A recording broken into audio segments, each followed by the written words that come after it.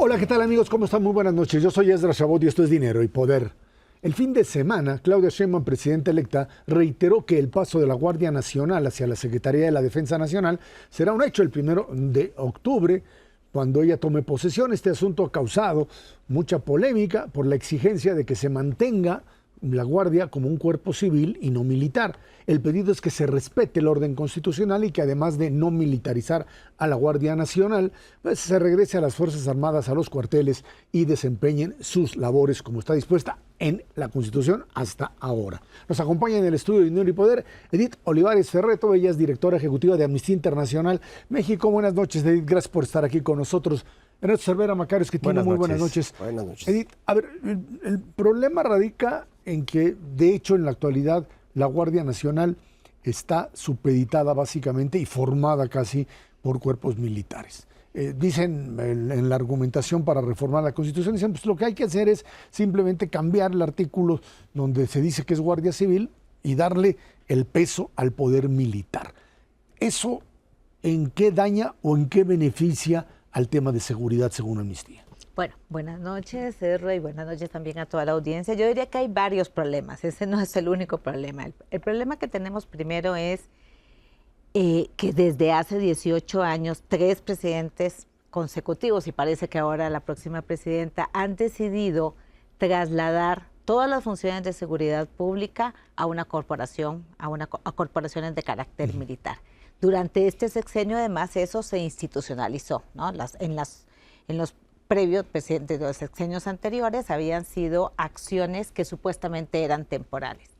Y esa militarización de la seguridad pública viola todos los estándares internacionales que señalan que las Fuerzas Armadas solamente pueden utilizarse para tareas de seguridad pública de manera temporal, de manera subordinada a corporaciones civiles, en operativos restringidos. Todo eso, digamos, ha sucedido en los últimos 18 años y claramente no es temporal, no ha sido subordinada a corporaciones civiles. ¿Por qué lo señalan los estándares, verdad? Porque el personal militar está formado para combatir al enemigo, no está formado para dialogar, gestionar tareas con civiles, y hemos visto en diferentes ocasiones los riesgos que eso implica. Yo debo decir además que el estándar que usamos las organizaciones y organismos internacionales es una sentencia de la Corte Interamericana contra el Estado mexicano, es decir, es un caso mexicano el que justamente usa la Corte como ejemplo.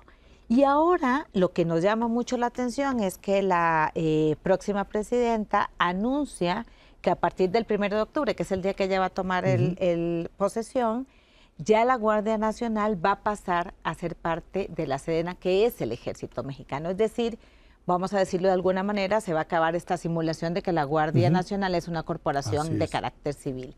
Y esto nos pone en un gran riesgo, por lo que he señalado, pero además implica que no vamos a tener una corporación civil.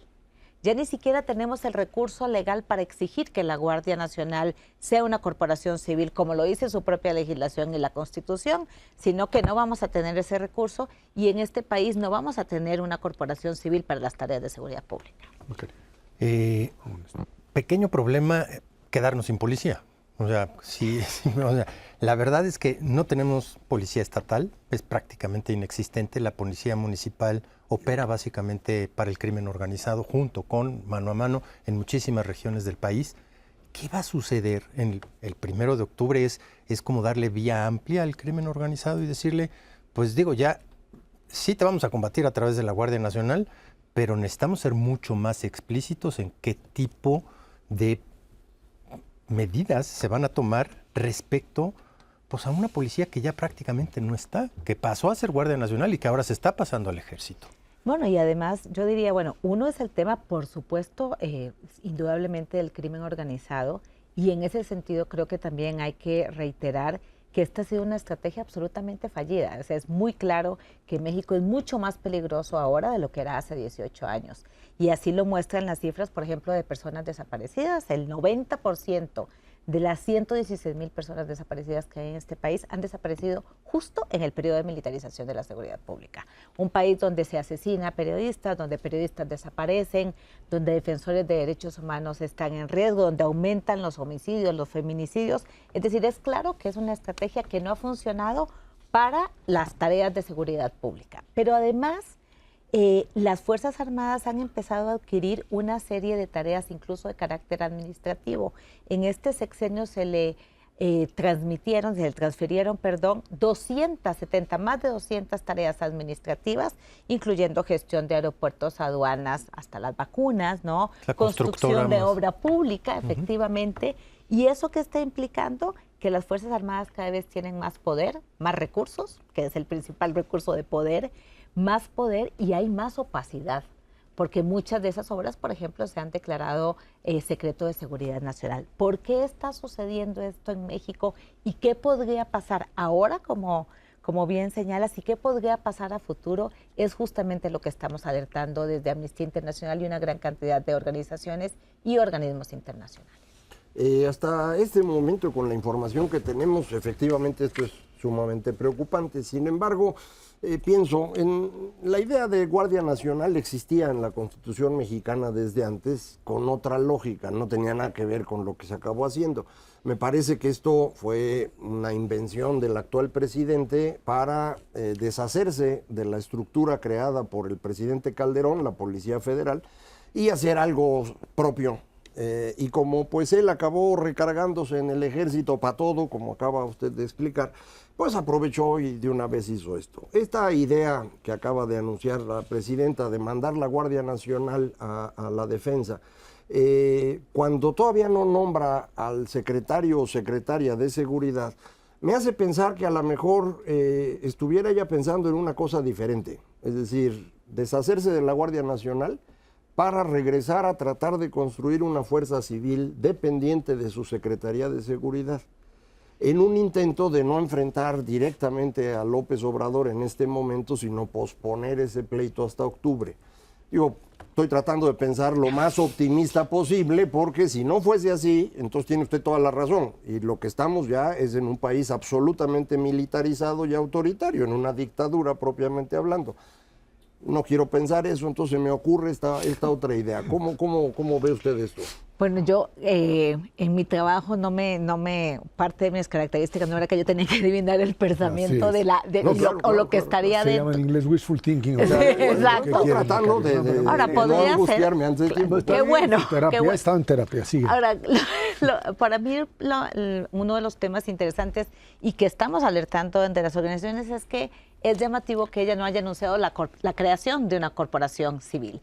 Y esto que señalas es importante porque además la legislación que el propio presidente Andrés Manuel López Obrador propuso y fue aprobada señala que en este país va a haber un retiro progresivo de las Fuerzas Armadas que va a terminar en 2028. Entonces, lo que esperaríamos es que el primer anuncio sea cuál es ese plan de retiro progresivo, porque presidente tras presidente han ido como tirando la pelota para adelante porque las corporaciones civiles en efecto no tienen capacidades, no tienen formación para combatir al crimen organizado, para darnos seguridad pública y entonces se recurre a las Fuerzas Armadas, pero se va posponiendo esa decisión. Si la decisión fuera formar una corporación civil fortalecida, que vaya incrementando sus capacidades para que se pueda retirar de manera progresiva a las Fuerzas Armadas, Amnistía Internacional, estoy segura que muchas otras organizaciones estaríamos acompañando esa decisión. Lo extraño es que eso no se haya anunciado y en cambio se haya anunciado que ya de facto, ahora no solo de facto, perdón, sino también de manera institucional, la Guardia Nacional va a ser una corporación militar. Parecería ser que el tema de la Guardia Civil o el regresar a los militares a los cuarteles es algo que pues lo intentaron, o sea, todos decían esto es temporal, y entonces aparece Felipe Calderón y trata de ser una policía federal y mete al ejército y luego le dice, pero lo vamos a sacar, y no pueden sacarlo, los gobernadores se lavan las manos, no intervienen y asumen que la federación tiene que hacerlo todo. Parecería ser que aquí hay una incapacidad del Estado mexicano para definir una estrategia de seguridad que pueda hacer una diferencia entre lo civil y lo militar. Y de hecho, en este sexenio, el presidente López Obrador dijo claramente, los únicos que no son corruptibles son los militares. Esta visión, de alguna forma, de una policía nacional que pueda paulatinamente ir mandando a los militares de vuelta al cuartel, pues parecería ser que o se hace con colaboración de gobernadores y asumiendo la responsabilidad, o simplemente en esta lógica de pues los militares hacen todo, nos seguiremos con esto y el sueño guajiro de Macario de tratar de crear una policía civil y que se reduzca el poder de los militares, parecería que es imposible. Yo no diría que es imposible porque así vivimos durante muchos años, ¿no? Es decir, este proceso de militarización lo estamos viviendo hace 18 años. Y yo sí quisiera además agregar que tenemos el tema de la seguridad, que no es menor porque hemos pasado de un paradigma en que la seguridad debería estar centrada en las personas, que es el paradigma de seguridad ciudadana, a un paradigma de seguridad centrado en el Estado. La seguridad pública es un paradigma centrado en el Estado, no en las personas. Y claro, en ese paradigma las Fuerzas Armadas cumplen un papel muy importante porque justamente defienden al Estado. Entonces, más allá de quienes tenemos en las calles, creo que parte de lo que la reflexión que debemos tener es en dónde está centrada la seguridad y a quién defienden. ¿Quiénes defienden la seguridad? ¿Al Estado o a las personas? Porque las personas también nos deben defender las corporaciones del propio Estado. Y cuando estamos hablando de Fuerzas Armadas, eso no sucede ni va a suceder. Pero además pensemos en todas las otras tareas que normalmente en cualquier país con Estado democrático de derecho se encargan, tienen, encargos, instituciones de carácter civil, como la construcción de obra pública, que en este país, hasta donde todos entendemos, le corresponde a la Secretaría de Obras Públicas y Transportes, la vacunación a la Secretaría de Salud, el aeropuerto, la migración al Instituto Nacional de Migración. Nos hemos ido acostumbrando a tener militares en todas esas tareas, ¿no? Cualquiera de nosotros que va al aeropuerto se encuentra con militares, con la Secretaría de la Marina. ¿Por qué eso está pasando? Y los riesgos los ha vivido el Estado mexicano y los han vivido otros países de la región y del mundo, son muy altos. Y la pregunta justamente es, ¿tenemos ahora una condición de subordinación del poder militar al poder civil? ¿Eso es real? ¿O se está dando un proceso en donde eso se está invirtiendo? Es una pregunta y la pregunta creo que la tienen que responder las autoridades que están tomando esas decisiones. Déjame abundar en detrimento del sueño guajiro. Hay una verdadera urgencia por resolver el problema de seguridad centrado en las personas en este país desde hace 18 años. Pero ha ido increciendo. Cada vez la gente está más desesperada. Uno, no tienes tiempo.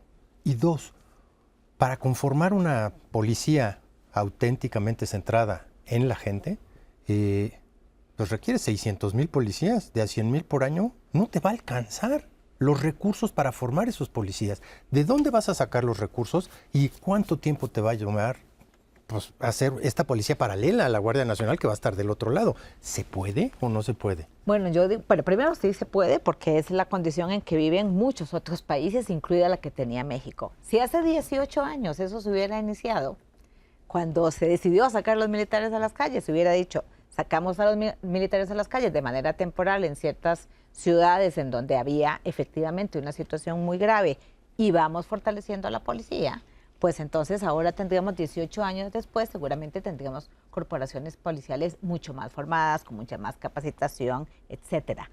Claro, si vamos jalando para adelante, lo que estamos haciendo es cada vez debilitando más. Entonces, se puede si se toma esa decisión y es un deber del Estado tomar esa decisión. Y el otro elemento también creo que, a propósito de lo que decía R, es este discurso que hay de lo único incorruptible que hay son las Fuerzas Armadas. Eso, además, hay que ponerlo bajo cuestionamiento porque uno de los elementos que tenemos es que si algo caracteriza a las Fuerzas Armadas es su opacidad. No sabemos si hay o no corrupción, en cambio con los civiles sí sabemos porque hay procesos de denuncia, procesos de investigación, en cambio con los militares no. ¿Son o no? Yo no sé si son, pero no puedo saber tampoco. No puedo saber ahora si en la construcción del Tren Maya hubo o no corrupción, porque la opacidad que caracteriza a las Fuerzas Armadas también implica que la ciudadanía no tenemos acceso a esa información. De manera que, por un lado, sí se puede, pero hay que empezar a hacerlo, ¿no? Y lo que estamos viendo es que más bien cada vez retrocedemos más. Y este paso, excepto que sea la posibilidad, que bueno, tenemos que esperar al próximo jueves para saber si la próxima presidenta tiene ese plan, excepto que sea eso, ya esto es renunciar de facto a tener una policía federal, además de las policías estatales, civil. Bueno, pues ahí está, ese es el gran debate. Estamos metidos en esta situación tan complicada, diríamos, porque simple y sencillamente pues no hay una definición clara de policía civil o policía militar, y el tema de los recursos que mencionaba Ernesto creo que es fundamental. Macario diría, pues hay que hacer una reforma fiscal para meterle dinero a seguridad, cosa que no se hace, ¿estás de acuerdo? Bueno, ahí estamos de acuerdo. O quitarle dinero a los militares para pasarlo a los civiles, porque ahí sí hay dinero. Ahí sí. Edith Olivares, directora ejecutiva de Amnistía Internacional, muchas gracias por estar aquí con nosotros. Muchas gracias a ustedes. Vámonos a una pausa. Esto es Dinero y Poder.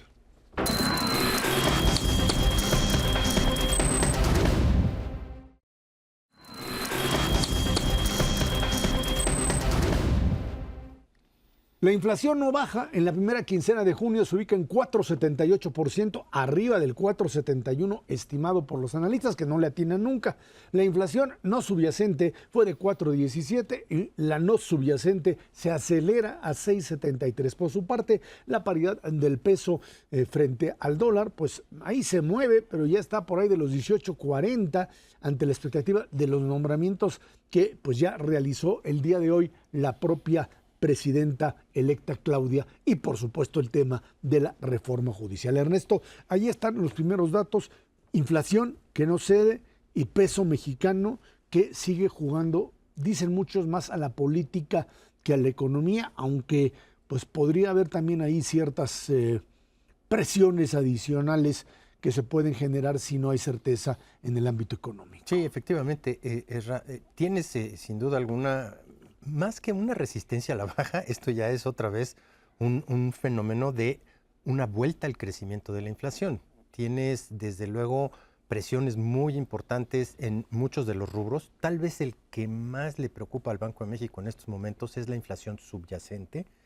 Esa sí detiene su caída, la venía manifestando desde hace un buen rato, y se le venía acumulando una presión gigantesca al Banco de México entre la diferencia de esa inflación subyacente y la tasa de interés donde la tiene. Pero el problema de fondo es que esta inflación subyacente responde fundamentalmente a la inercia inflacionaria de mercancías, algo de servicios, pero efectivamente sigues teniendo un problema muy serio, y eso pues lo que te indica es que esta demanda agregada en nuestro país, la demanda en general, el consumo y la propia inversión, están superando con creces la oferta.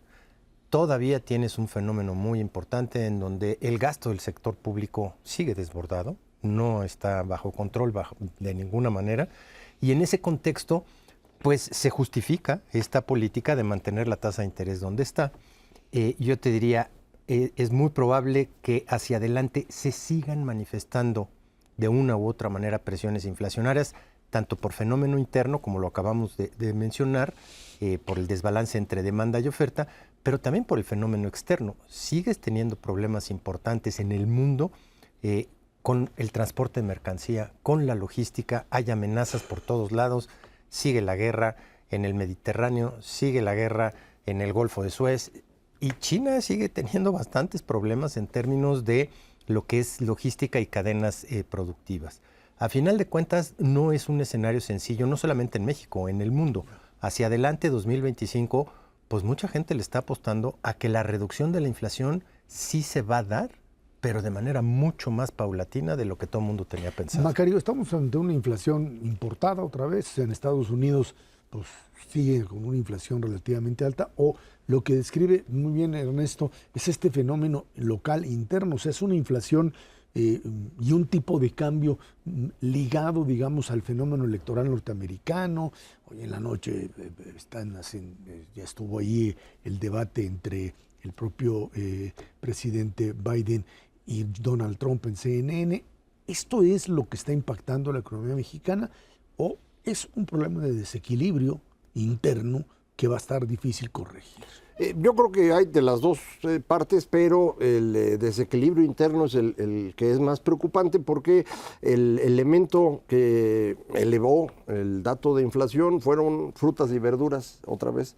ahí traemos un problema importante, y esto pues no tiene que ver con el sector externo, somos esencialmente productores de estas frutas y verduras. No, es muy diverso, hay problemas de sequía, hay problemas con el crimen organizado que ha estado complicando las cosas, hay diferentes fenómenos que están agravando el incremento de precios de frutas y verduras. Hay también, como decías, la parte externa, y ahí pues el ajuste del peso ha sido relevante.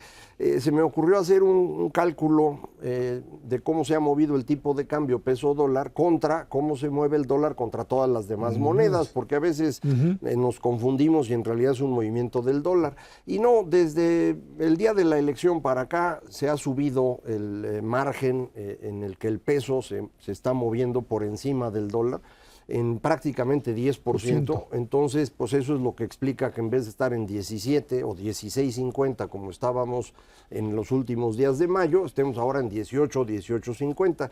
Esto sí va a tener un impacto más tarde que temprano en tanto lo que importamos, la cantidad, el volumen, como probablemente también se noten los precios. Entonces, efectivamente, estas presiones inflacionarias pues no se ve que vayan a terminar muy pronto. Yo sigo con la preocupación del mercado laboral, en el cual pues hemos metido muchísima presión con los aumentos salariales, y no estoy seguro que todas las empresas puedan aguantarlos. Hicieron un gran esfuerzo, pensando que, bueno, después de la elección las cosas iban a estar mejor, pero ahorita pues todo el mundo anda más nervioso, así que a lo mejor vamos a tener problemas ahí también. Ernesto, perdón, nomás, el problema radica fundamentalmente, dicen, en que las calificadoras estarían viendo con ojo así muy preciso con respecto al tema del déficit, un déficit que está en 5 o en 5 y pico, ¿sí? Como tal, y que primero la postura de Hacienda era bajarlo a 3% en un año, que se veía difícil. Ya la propia presidenta electa Claudia Sheinbaum dice 3,5%. Para 2025. Para el 2025. Sí. ¿Por dónde están? Sí lo están viendo con lupa, eso me queda claro, pero lo llevan viendo con lupa desde hace 6 años. Pero no tenías un déficit así. No, la verdad es que el déficit explota en este 2024. Sí va a ser muy difícil bajarlo a nivel de 3% el año que entra, por no decir imposible. El propio secretario de Hacienda ha dicho reiteradamente que esos 2,5 puntos pueden salir muy rápidamente de la inversión del sector público porque ya no hay obras gigantescas que financiar. No es cierto. La verdad es que las 3 obras sí son monstruosas, pero gigantes, pero no representan un porcentaje tan importante del Producto Interno Bruto. De hecho, si tú sumas toda la inversión del sector público, pues escasamente llega a 0,9% del Producto Interno Bruto. 0,9 no es nada. Pon tú que la quites totalmente y que nos quedemos casi sin carreteras por el bacheo, por lo que quieras y mandes. De todas maneras, se requiere hacer cierto tipo de inversión. Por ese lado, por el lado del gasto, va a ser prácticamente imposible controlar el déficit. Va a tener que haber un esfuerzo por el lado de los ingresos y vamos a ver si, como dice la nueva administración o la administración a partir de octubre, puede provenir de aduanas, a lo mejor un cachito, puede provenir a lo mejor de cobrar bien los prediales y a lo mejor, pero no se está viendo claro, de una bajada en el costo financiero de la deuda por la bajada en las tasas de interés, pero va a ser realmente paulatina. Esas son tus 3 fuentes, no nos hagamos guapos. Sí, porque no están planteando una reforma fiscal. Ahora, no traen la espada de Damocles fuera. Para ellos 3,5%, 3,5% sigue estando bien mientras les manden la señal de que va para abajo. Malo sería que de 5,5 nos fuéramos a 6, 6,5. Eso sí les preocuparía. Yo creo que hay una solución más o menos rápida al problema y consiste en deshacernos ya de Pemex. Esa es la solución más eficiente que hay. Pemex está llevando 400,000 millones de pesos por año y es dinero que no hay ninguna necesidad de estar pagando. Entonces lo que se podría hacer, más o menos fácil, es dejar de refinar en México, que es donde está la pérdida, mandar el petróleo a Estados Unidos, refinarlo allá y traerlo de regreso. El margen que se paga es muy chiquito. Con eso reduces las pérdidas de Pemex, absorbes la deuda de Pemex en el gobierno federal y con eso bajas el costo 5 o 6 puntos porcentuales. Entonces el costo total de la deuda se hace más chiquito. Lo único que necesitas hacer es hacerlo de forma que las calificadoras no se pongan nerviosas. Si lo logras, cosa que no es tan difícil, No es tan difícil. Si se hace bien, creo que con esto podrías reducir tu déficit del 6 que estamos ahorita a 4,5. Y ya el último puntito, ese sí se puede buscar en otras partes, pero sería una señal muy clara de que vas por el camino correcto. Ahora, de todas maneras, Pemex ha dejado de refinar. O sea, los últimos Los últimos 2 meses o 3 meses. No, estás hablando ya de una importación mayor de petrolíferos. Pero petróleo, pierde dinero porque refinado. están en operación las plantas. Cierra las plantas de refinación, ciérralas. Ya, Ahora, de todas vamos. maneras seguiría perdiendo porque tiene que seguir pagando sueldos y salarios y una serie de factores, pero ya no pierde la mayor parte que sería la parte de operación. sí. Ahora, pues ni para qué nos estamos haciendo ilusiones con algo que no va a suceder. No solamente... Bueno, yo creo, bueno, lo vamos a platicar más tarde, pero me parece que el nombramiento que hace la presidenta virtual, presidenta electa, en la Secretaría de Energía hace pensar en la posibilidad de que esto no esté tan remoto. Digo, está difícil porque implica pelearse con el gobierno que se va, pero ese es el camino a la solución. No, y el problema también pues radica fundamentalmente en el hecho de que la presión externa termina convirtiéndose en un factor decisivo.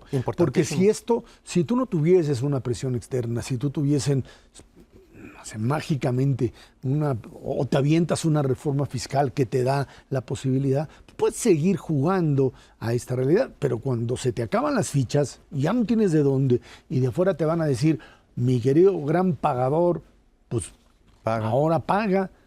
Creo que el tema de Brasil es bastante significativo. Creo que escribía sobre eso Macario. Brasil no tiene grado de inversión, ¿no? ¿Sí? Y tiene tasas de interés hasta un punto arriba de nosotros sin problema, y no tiene esa presión de que en un momento determinado le digan te bajo la calificación y entonces el dinero se va. Ahora sí, que parece que esa bendición que fue el trato o la consideración de México como país con calificación crediticia amplia, pues, se ha convertido ahora en un problema serio, ¿no? Pero no es problema que tengas el grado de inversión, tu problema es que al mismo tiempo que tienes el grado de inversión, tienes un desorden en finanzas públicas. Es la el bronca. problema son las finanzas públicas. Por eso la ventaja de no tener grado de inversión es que puedes... finanzas públicas padrísimas, tiene un desastre. Sí, en finanzas públicas. pero es desde siempre. Es desde Nuestro siempre. es un Esa es la deterioro en bronca. 6 años. Si te vas a portar bien, te vas a portar bien todo el tiempo, no nada más un ratito. Vámonos a una pausa y de regreso platicamos de eso. Nuevos nombramientos por parte de Claudia Sheinbaum. Ahí están nombres de la propia presidenta. Esto es Dinero y Poder.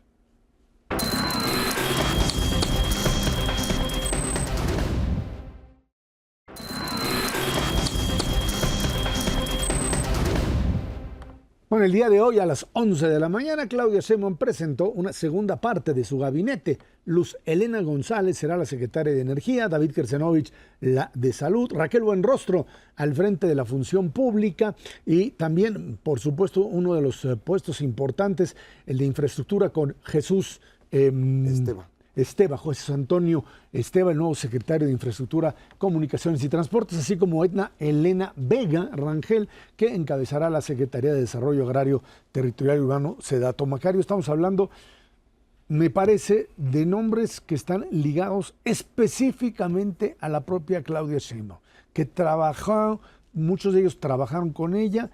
Hablabas ya en el bloque anterior del tema de la Secretaría de Energía, unos lo hicieron en la ciudad, y creo que fuera de la, digamos, de la figura de Raquel Buenrostro, que sería, digamos, hoy secretaria de Economía, que estaría llevándose a Función Pública en algo que pues ha hecho un trabajo bastante decoroso. Mano de hierro. Sí, de mano de hierro. A ver si en la Función Pública hace lo mismo que hacía en el SAT. Pero bueno, ahí están los nombres que vuelven a mandar mensajes en el sentido de que se trata de nombramientos hasta ahora que responden directamente a las necesidades y a la decisión de la propia presidenta electa, Macario. Sí, son nombramientos que son de ella. El doctor Kersenovich la acompañó en su campaña. Los otros nombramientos son de personas que estaban en el gobierno de la ciudad. Así que, bueno, pues han trabajado con ella. A mí me llama la atención el nombramiento de Luz Helena González, porque ella fue la secretaria de Administración y Finanzas en el gobierno de la ciudad. Digamos que es la financiera de confianza de Claudia Sheinbaum. Y que lo haya nombrado en energía me hace pensar en lo que platicábamos en el bloque anterior. Creo que sí entiende que tanto el problema de finanzas públicas como la oportunidad de que México realmente se integre al mundo van por la Secretaría de Energía. Ese es el problema más importante que tiene México hoy. Pemex es el boquete de las finanzas públicas y la electricidad es lo que nos está impidiendo recibir inversión. Y energías renovables. Las dos cosas, estas dos, son producto de la necedad del actual presidente, que estaba con su rollo de la soberanía energética. No tiene sentido eso en el caso de México. La producción de petróleo en México hoy no alcanza para la gasolina que consumimos ni siquiera. Entonces, andar pensando en soberanía en eso no tiene mucho sentido. Y haberle dado a la Comisión Federal de Electricidad un espacio muy grande en el mercado que no puede cubrir bien, en lugar de que se concentrara en la parte que le toca al 100%, que es transmisión y distribución, pues ha echado a perder el mercado por completo. Ahorita tenemos proyectos de inversión que se están cancelando porque no hay electricidad disponible. En varias zonas del país, en el Bajío, por ejemplo, no hay nada de electricidad disponible, nadie puede instalarse, y todo es culpa de esta necedad, porque ya tienes las plantas de energía renovable incluso ya listas, y no se les da el permiso porque no quieren que produzcan los privados. Entonces, vamos a ver, pero ahí me parece es un nombramiento importante. Tiene, por un lado, esta posibilidad de que realmente la energía se haga de manera distinta, y la segunda cosa importante es que pone a la señora Luz Helena González a un paso de convertirse en la siguiente secretaria de Hacienda cuando termine el periodo de Ramírez de la O, porque acordaron que era un ratito nada más. Son tres, es desde luego lo que está deteniendo las inversiones. Luz, desde luego, especialmente en su vertiente de renovables, gas, que tampoco hay mucho gas disponible para todas las zonas industriales del país, y agua. En ese sentido, yo estoy totalmente de acuerdo contigo en que es un nombramiento muy importante el de la Secretaría de Energía. Me quiero esperar a ver quién va a ser la o el director general de Pemex y él o la directora general de la CFE, porque lo que sí se necesita es una cabeza de sector que no ha existido, no en este sexenio que va a terminar, sino de nunca. El secretario de Energía siempre ha estado subordinado a lo que diga Pemex y a lo que diga CFE. Sí nos urge una secretaria de Energía que verdaderamente ponga orden no solamente en las finanzas, sino orden en todos los aspectos productivos, y desde luego orden si realmente se quiere avanzar en la disponibilidad de energía en este país. Si realmente queremos avanzar en que Pemex sea una menor carga, tienes que meter orden también en la participación del sector privado junto con Pemex. No hay manera de que el sector público le meta la cantidad de lana que se requiere en ese sector si no es precisamente con una labor coordinada con el sector privado. A ver, ahí están otros nombres. David Kersenovich, un médico reconocido que en el Instituto Nacional de Nutrición hizo un trabajo espléndido, sin duda alguna, y que pues creo que su grave problema va a ser fundamentalmente el tema del dinero, el tema de los recursos, de esta situación de ausencia de medicinas, de problema de vacunación, ¿sí? Y el problema de los servicios, tanto de lo que sería la estructura de bienestar, como la incorporaron, y por supuesto IMSS, ISSSTE, etcétera, ¿no? Hasta Pemex incluso en su momento. Pero en todo caso, digamos que tienes a una persona responsable y tienes a una persona que conoce, que ha estado no solamente destacando en el ámbito de lo que podríamos llamar la pura medicina, pero también en el otro, en el ámbito de estar al frente de instituciones y hacer un trabajo que, pues, esperemos le funcione. Y luego viene el tema de Jesús Antonio Esteva, el nuevo secretario de Infraestructura, que es alguien que ha estado con Claudia todo el tiempo, ¿sí?, en obras públicas. Desde el segundo piso. Me parece que el tema fundamental aquí va a ser hasta dónde este modelo tiene viabilidad económica, ya decíamos, y por otro lado, pues que les amarren las manos. Para eso está Raquel Buenrostro, supongo, porque uno de los problemas fundamentales que se han dado en el país en el último sexenio es que, más allá de los dichos de la guerra contra la corrupción, bueno, pues esto ocurrió a niveles que pues hay que cuestionarlo seriamente, y bueno, ahí en esa secretaría es donde hay mucho que decir, ¿no? Sí, el primer supuesto sobre el que estamos trabajando es que ahora sí va a haber gobierno, no como el sexenio que termina, donde nada más había presidente y él hacía todo. Aquí suponemos que los secretarios van a trabajar. Kersenovich es un médico muy reconocido, va a tener que resolver todo un sistema de salud destruido por el gobierno que se va. Hasta donde yo entiendo, buena parte del margallate que hicieron no acabó reflejado en ley, sino nada más en acuerdos y arreglos y dichos. Ojalá sea así, porque eso le simplificaría el trabajo al doctor Kersenovich. Hay que ver que tenga presupuesto suficiente, pero además que se vuelva a instrumentar un sistema de compras adecuado, y para eso el tiempo ya se nos fue. Estamos ya en junio, esto debería estarse resolviendo ahorita para que haya la entrega en 2025, y hay que regresar a un sistema en el cual pues los grandes distribuidores puedan hacer su trabajo. El gobierno no puede reemplazarlos aunque quiera. Hay que ver cómo se van a acomodar con el seguro social, con esta cosa del IMSS Bienestar, que no es propiamente seguro social, pero es lo que le están ofreciendo a muchas personas. Entonces, él tiene realmente una circunstancia bien complicada, y en el caso de la señora Buenrostro, con que sea igual con los servidores públicos de como fue con los grandes empresarios, con eso se va acabando la corrupción, porque si alguien persiguió, incluso con amenazas de cárcel y de una forma bastante miserable, fue ella. Entonces, si lo hace ahora con los funcionarios, hombre, bienvenida, ¿no? Sí, seguro. Ahora, vuelves en el sector salud, otra vez tienes un esquema institucional en donde sí tienes que tener una mano de hierro, porque abajo de ti tienes monstruos, que es el IMSS Bienestar, o llámale como quieras, el ISSSTE, las propias funciones de medicina del ejército, de Pemex, etcétera, que no es fácil, no es trivial, y te tienen que hacer caso. Reorganizar todo eso va a costar trabajo, y sí, necesita un poco cambiarse la cachucha de ser un gran doctor a ser un gran administrador y proponer algo viable para mejorar la salud de los mexicanos. El otro es donde yo creo que está peor, hoy por hoy, la infraestructura de este país, porque no se le invirtió nada en los últimos 6 años, y ahí sí el secretario de Comunicaciones y Transportes tiene una tarea titánica. Ojalá le liberen recursos también en materia de infraestructura, de verdad lo digo, para que México pueda entrarle un poquito a esta parte de competitividad. No solamente basta con tener electricidad, gas, agua, como habíamos dicho, hace falta tener buenos puertos, hace falta tener buenas carreteras.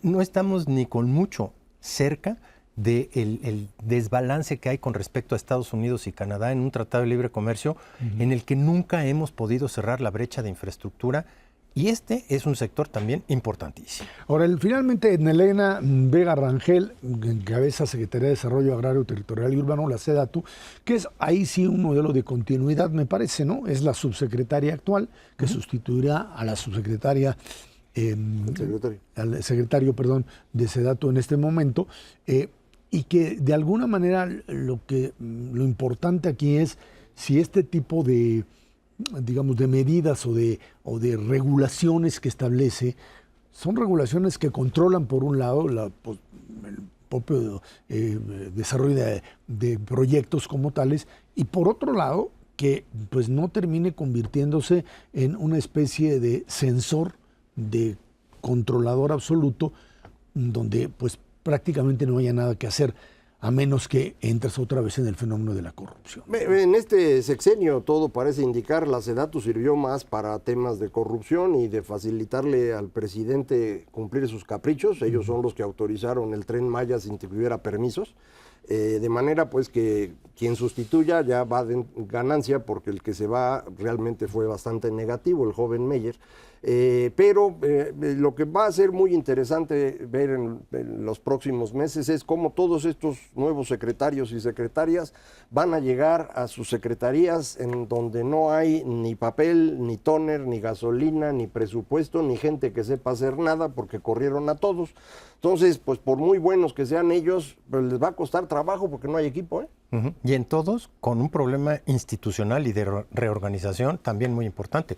No hay que olvidar cuál es la institución o las dos instituciones abajito de SEDATU, que son las encargadas de hacer las viviendas, Infonavit, Financia para el Financiamiento, Fobiste, y el propio Ejército y Pemex haciendo casas por todos lados. Y también necesitas un jefe. Y la Comisión Nacional de Vivienda todavía. Y la CONAVI. Como tal. Vámonos a una pausa de regreso. Hablamos, bueno, pues esta economía mexicana, hasta dónde crece y hasta dónde pues ha dejado de hacerlo.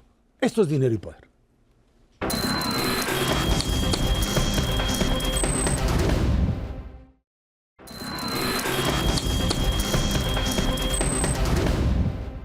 En abril, la actividad económica del país registra un avance de 0.9% en comparación con el mismo periodo 2023. Este crecimiento estuvo impulsado por el dinamismo de actividades terciarias. Este sector, comercio, servicios, registró un incremento interanual de 1.3%, mientras que las actividades secundarias tuvieron un alza de 0.6%. Las primarias retroceden 1% y en otro dato, la balanza comercial registra en mayo un superávit de 1.991 millones de dólares y se exportaron mercancías por 55.670 millones e importaciones por 53.000 y pico.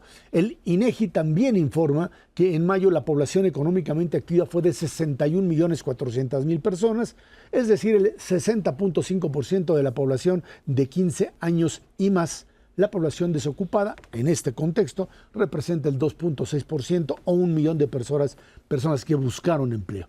La desocupada es de 4.4 millones, el 7.4%. Ernesto Macario, a ver, ¿por dónde le entramos? No, está bastante claro el panorama, nos seguimos desacelerando. Ese es el mensaje fundamental de actividad económica.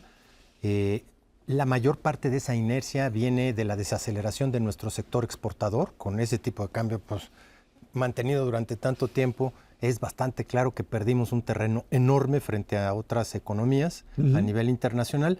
Déjame decírtelo, de qué tamaño es. Entre la desaceleración de Estados Unidos y el tipo de cambio, has perdido casi 20 puntos porcentuales de competitividad de las exportaciones mexicanas, lo cual es una verdadera barbaridad. Casi 15% de revaluación en términos del tipo de cambio hasta estas últimas 3 o 4 semanas, en donde ha sido verdaderamente una bocanada de aire fresco para los exportadores. No sé si les vaya a alcanzar o no. Estados Unidos, además, se está desacelerando. Nuestro principal demandante de todo lo que producimos los mexicanos es el sector manufacturero de Estados Unidos, que lleva prácticamente un año creciendo 0%. Y si tú ves las cifras, estas mismas del indicador global de actividad económica mayo, de nuestra producción manufacturera, es un crecimiento de 0. Estamos perfectamente vinculados con la actividad económica de Estados Unidos. ¿Qué es lo que salva el bote? Pues básicamente el sector servicios, en donde todavía tienes la colita de lo que se ha venido dando en términos de un baño gigantesco de sueldos y salarios por encima de la inflación, de un crecimiento cada vez menor, hay que reconocerlo, del empleo, y pues de un flujo de remesas que sigue alimentando también cada vez en menor medida pues estos alicientes al consumo privado. El consumo privado hoy por hoy sigue siendo la principal fuente de crecimiento de nuestro país. ¿Y qué es lo que se desacelera? Se desacelera nuestro sector exportador. En la parte de consumo, como bien dice Ernesto, que es lo que ha mantenido el comportamiento de la economía, pues mucho tiene que ver el proceso electoral. Había que tener contenta a la gente y entonces pues se promovió esto de aumentar los salarios fuera de la lógica, el reparto de dinero incluso adelantado, las remesas que llegaron permitieron que el consumo se mantuviera. Sin embargo, en el dato que mencionaste al inicio del indicador global, la actividad en abril, el comportamiento del consumo, es decir, de las ventas al menudeo, es bastante malito. Mucho peor que el de marzo y todavía nos faltan tener los datos de mayo, que fue ya un mes en el cual, según la balanza comercial, las importaciones de bienes de consumo no pudieron crecer ya. De hecho, van a un ritmo cada vez más bajo. ¿Por qué es importante la importación de bienes de consumo? Porque todo el consumo que creció en México durante este gobierno, durante todo el sexenio, es importaciones. no creció el consumo de bienes nacionales, no creció el consumo de servicios, todo es bienes importados. Entonces, si uno ve en la balanza comercial que la importación de bienes de consumo está cayendo, significa que el dato de mayo va a ser un dato menos bueno que el de abril, y el de abril ya era malito. Entonces, sí, esta desaceleración es un proceso que inicia prácticamente en el último trimestre del año pasado. La primera mitad de este año todos esperábamos que la economía estuviera bien precisamente por las elecciones, pensando que la segunda mitad del año pues no iba a estar bien. Bueno, pues la primera no estuvo buena, entonces la segunda va a estar peor. Ya las estimaciones de los expertos, estas que salen en las encuestas de Citibanamex o del Banco de México, ya le van bajando a la estimación de crecimiento, ya andan en 2. Habían arrancado en 3 y ya pues mucha gente para el 2025 ya está abajo de 1,5% de crecimiento. Y este quizás es el problema fundamental porque digamos que el promedio del 2% famoso, también ahí que Macario insistía, daba la posibilidad o generaba la posibilidad, digamos, de ir avanzando muy lentamente, de ir creciendo con niveles muy diferenciados, de un norte que crecía al 6-7% y un sur que no crecía y que te daba entonces el 2%.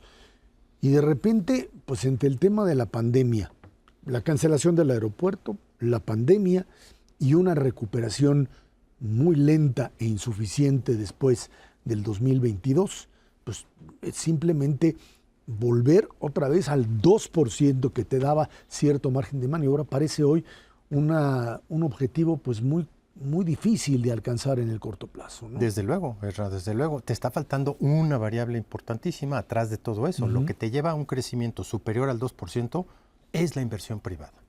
Y esa inversión, pues literalmente no ha estado presente en los niveles que se requiere para que México crezca permanentemente arriba del 4% o 5% por año. Esa inversión sí ha estado presente en otros países, eso está clarísimo. Chécate Brasil, India, China, lo que quieras. La inversión como porcentaje del producto, lo discutíamos el programa pasado, tiene que estar arriba del 22-23% del Producto Interno Bruto y si queremos crecer de veras, arriba del 25%. Ni en broma, ni en broma. Necesitas generar las condiciones para que, junto con el consumo, que ahí medio la lleva, junto con las exportaciones, junto con un sector exportador y un gobierno más eficiente, haya una inversión privada que verdaderamente te dé un jalón por arriba del crecimiento para generar ahí sí un crecimiento mucho más compartido entre todas las regiones y entre todos los sectores. Y ahí en el tema de inversión traemos un problema porque los datos son poco confiables, a pesar de que INEGI es una super institución, como ya lo hemos comentado. En el caso de inversión están dependiendo de lo que les manda la Secretaría de la Defensa. Y ya platicábamos con la representante de Amnistía Internacional, pues que uno de los problemas de los militares es que son muy opacos, no dan la información bien. No, pues no. Y mis cálculos son que la Secretaría está engañando a INEGI, ha estado publicando datos de inversión que no tienen sentido. Y eso significa que se están emocionando en el sureste, sobre todo. Tú hablabas de este crecimiento diferenciado, ¿no? Entonces, en el sur, pues que Tabasco, que Campeche, que Quintana Roo, por el tren y por las Dos Bocas han crecido. Pues fue una cosa momentánea mientras construían y fue bastante menor a lo que se supone. Entonces, el resultado lo vamos a estar viendo a finales de este año y el próximo. Pues se regresan Tabasco, Campeche, Quintana Roo a los niveles bajitos. El problema importante para Quintana Roo es que el turismo no se recupera y de eso vive Quintana Roo, no de andar poniendo trenes, eso no tiene sentido. Entonces, yo sí creo que vamos a tener datos económicos bastante malitos en los próximos meses. No estamos hablando de una crisis y eso, ¿no? Para que no se nos preocupe el auditorio, pero también una economía pues, igual de chafa que ha estado todo el sexenio. Acuérdense, este sexenio hemos crecido a menos de 1% al año. Y este es, digamos, el gran desafío para Claudia Sheinbaum a partir de octubre, por dónde arrancas de manera que puedas mantener el equilibrio económico que ya mencionamos, pero también generar condiciones para que esa inversión se dé, porque de lo contrario... Claro. Una vez que generaste la infraestructura, grandotota, mala o buena, pero ahí está la infraestructura, necesitas una del doble o del triple del sector privado para que pongan sus plantas. Si no las pone, pues no. Ahora, el que está optimista es Ernesto. Pero es que Se requiere. para poder hacer esto, el paso indispensable es corregir el sector energético. Sí. Ese es Sí, el sí, esa elemento parte clave en este coincido momento. Es el totalmente. único que puedes hacer algo rápido, que más o menos funcione. No vas a resolver todo el problema, pero sí moverte en la dirección correcta. Y después de eso, efectivamente, va a tener que ser la inversión privada Claro. la que compense. Ojo, porque aquí muchos han estado hablando del tren transísmico. Que Ajá. No hay, no ahí no existe. hay nada, no va a servir. No existe. El camino es liberen el sector eléctrico y tomen ya decisiones serias en Pemex. Con eso podemos movernos de manera muy diferente. De lo que no te puedes aislar es de la desaceleración que de facto se está dando en Estados Unidos. Somos socios, está ahí. Y por más que le eches ganas, compadre, si ellos se desaceleran, tú tras de ellos. Pero mientras también no conectes realmente al sur mexicano, a ese sector correcto. No vas a poder. Y si no lo conectas con el norte industrial, de alguna forma, para convertir esto en una unidad nacional, me refiero en términos económicos, pues no vas a poder hacer nada porque vas a estar metido permanentemente. Necesitas el tren tolteca ahora para conectar todo. ¿Sí? Ernesto Cervera y Macares, que tiene Tlaxcalteca muchas gracias. después. Gracias a usted que nos ve, nos escucha aquí en el 11 todos los jueves a las 10 de la noche, Dinero y Poder. Muchísimas gracias y muy buenas noches.